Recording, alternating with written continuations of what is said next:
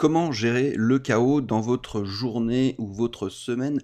C'est ce qu'on va voir aujourd'hui dans cet épisode, de podcast parce que c'est vrai que quand tout semble, devenir chaotique eh ben, on a besoin de trouver une ressource salvatrice pour respirer et reprendre le contrôle.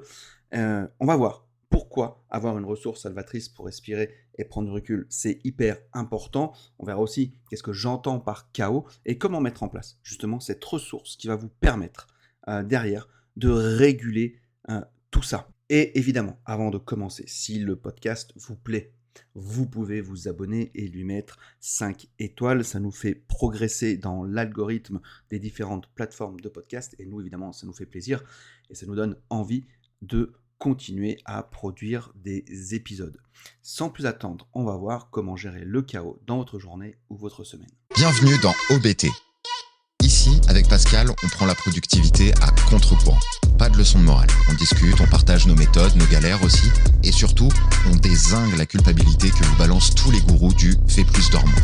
Le but, que vous passiez un bon moment et que vous ayez envie de passer à l'action tranquillement, à votre rythme. C'est super bien présenté, Kev. Et ben, ce que je vous propose, c'est qu'on attaque tout de suite.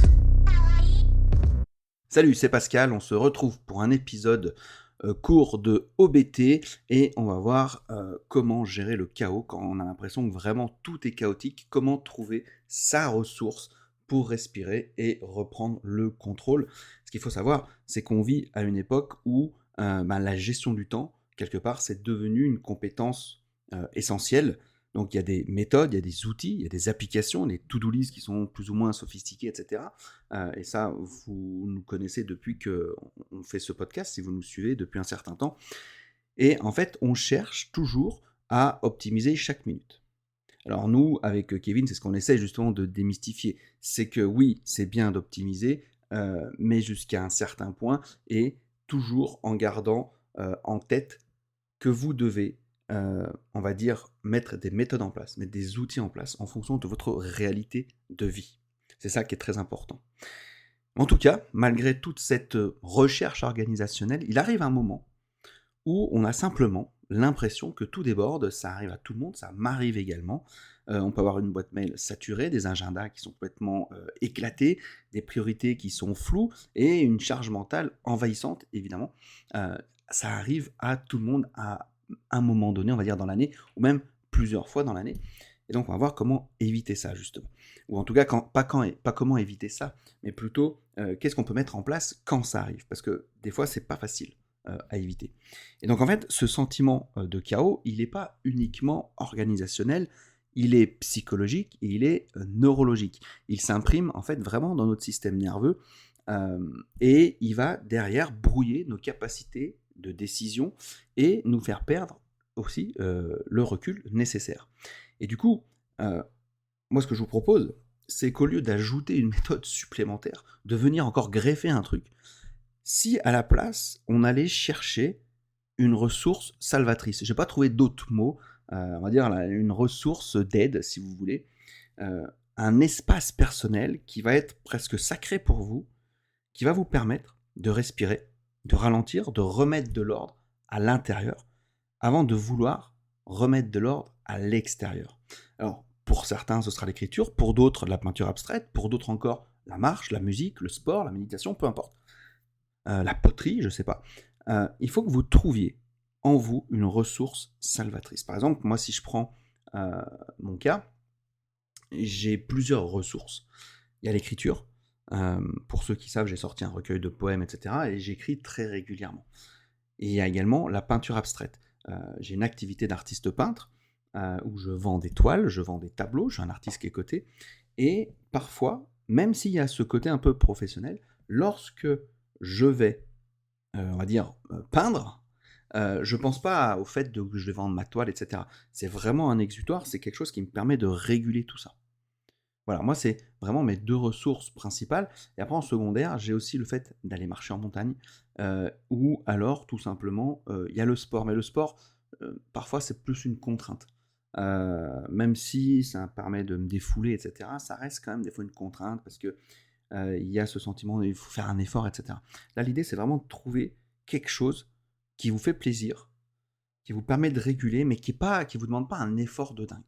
Et moi, je sais que l'écriture, la peinture, c'est pas quelque chose où je dis: «Ah, fait chier, faut que j'y aille, quoi». Et ça me permet vraiment d'être dans mon moment sacré à ce moment-là. Donc l'essentiel, c'est pas la forme, l'essentiel, c'est vraiment la fonction que vous allez lui accorder à cette ressource-là. Alors, pourquoi on doit avoir une ressource salvatrice pour respirer et pour prendre du recul? Tout simplement parce que notre cerveau, quand il est saturé, il ne sait plus hiérarchiser. Et les neurosciences, elles montrent que le cortex préfrontal, donc c'est la zone qui est sur le devant du front, c'est la zone qui est impliquée dans la planification, la prise de décision, l'organisation, justement fonctionnelle, et sous le stress, c'est pas terrible, quoi. Et en fait, il y a l'amygdale qui va prendre le dessus et notre cerveau, il va passer en mode survie. Et qu'est-ce qui va se passer du coup? C'est on va traiter tout comme urgent, on va procrastiner, on va, je sais pas, on va s'épuiser, etc., etc. Et donc cette ressource que vous allez pouvoir mettre en place, elle va agir comme, entre guillemets, un interrupteur psychologique, on peut dire. Elle va réguler votre système nerveux, elle va réactiver le cortex préfrontal et elle va redonner quelque part de la clarté cognitive. Donc moi, si je prends dans mon cas, par exemple, écrire, peindre, moi, ça me permet de ralentir la respiration, de focaliser l'attention sur ce que je suis en train de faire et de sortir, en fait, d'une sorte de flux mental automatique. C'est-à-dire que je ne suis pas en train de gérer quelque chose, je suis en train de me poser et de faire quelque chose, mais sans attendre quelque chose en retour. Je ne sais pas si je suis assez clair par rapport à ça. La deuxième chose, pourquoi c'est important d'avoir cette ressource, c'est parce que le chaos extérieur, il va souvent refléter un chaos intérieur. Et ça, c'est en analyse transactionnelle, donc c'est avec Eric Berne qu'on le voit, on navigue entre 3 états du moi. Il y a le moi parent, le moi adulte, le moi enfant, pour faire très simple. Et très souvent, quand nous sommes subversés, c'est des parties de nous, en fait, si vous voulez.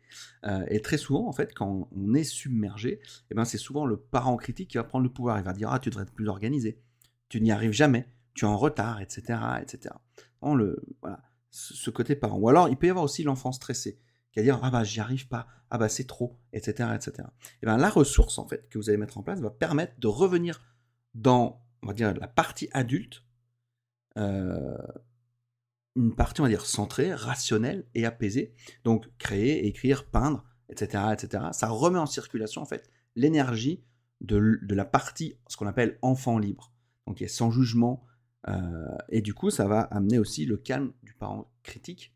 Si vous voulez, ça va être un rééquilibrage intérieur.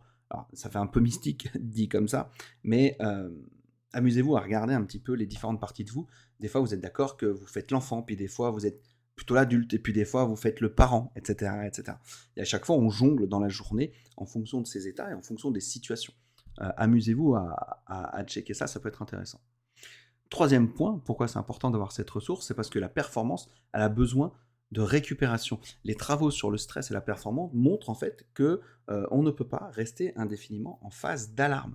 Parce que s'il n'y a pas de phase de récupération, évidemment, la créativité elle va diminuer, la motivation elle va chuter, l'irritabilité elle va augmenter, et le sentiment de chaos, lui, il va s'amplifier. Et donc, la ressource, vraiment, que vous allez pouvoir mettre en place, ce n'est pas une perte de temps, ça va être vraiment un investissement cognitif et émotionnel. Alors, qu'est-ce que ça veut dire quand je dis dans le chaos? Parce que tout à l'heure, je dis on est dans le chaos, je vous ai donné 3 raisons qui sont importantes pour mettre en place, entre guillemets, cette ressource. Mais le chaos, en fait, ce que j'appelle le chaos organisationnel, c'est pas simplement avoir beaucoup de choses à faire. C'est un état, en fait, où les priorités, elles sont vraiment plus claires. C'est très flou. On va confondre urgent, important. On va agir de manière réactive plutôt que stratégique. On va ressentir quelque part une agitation intérieure permanente. Donc, en fait, on est dans un état, on va dire, interne, qui est plutôt limitant. Vous êtes d'accord avec ça? C'est-à-dire que si les priorités elles sont plus claires, si on ressent une agitation un peu intérieure, etc., on est dans un état interne qui nous limite. Du coup, on va avoir une posture qui va être fermée, une respiration qui va être haute, on va avoir un dialogue interne qui va être négatif, on va avoir des images mentales de surcharge, etc. Le chaos, c'est donc un état interne avant d'être une situation externe. C'est ça, très important à comprendre ça.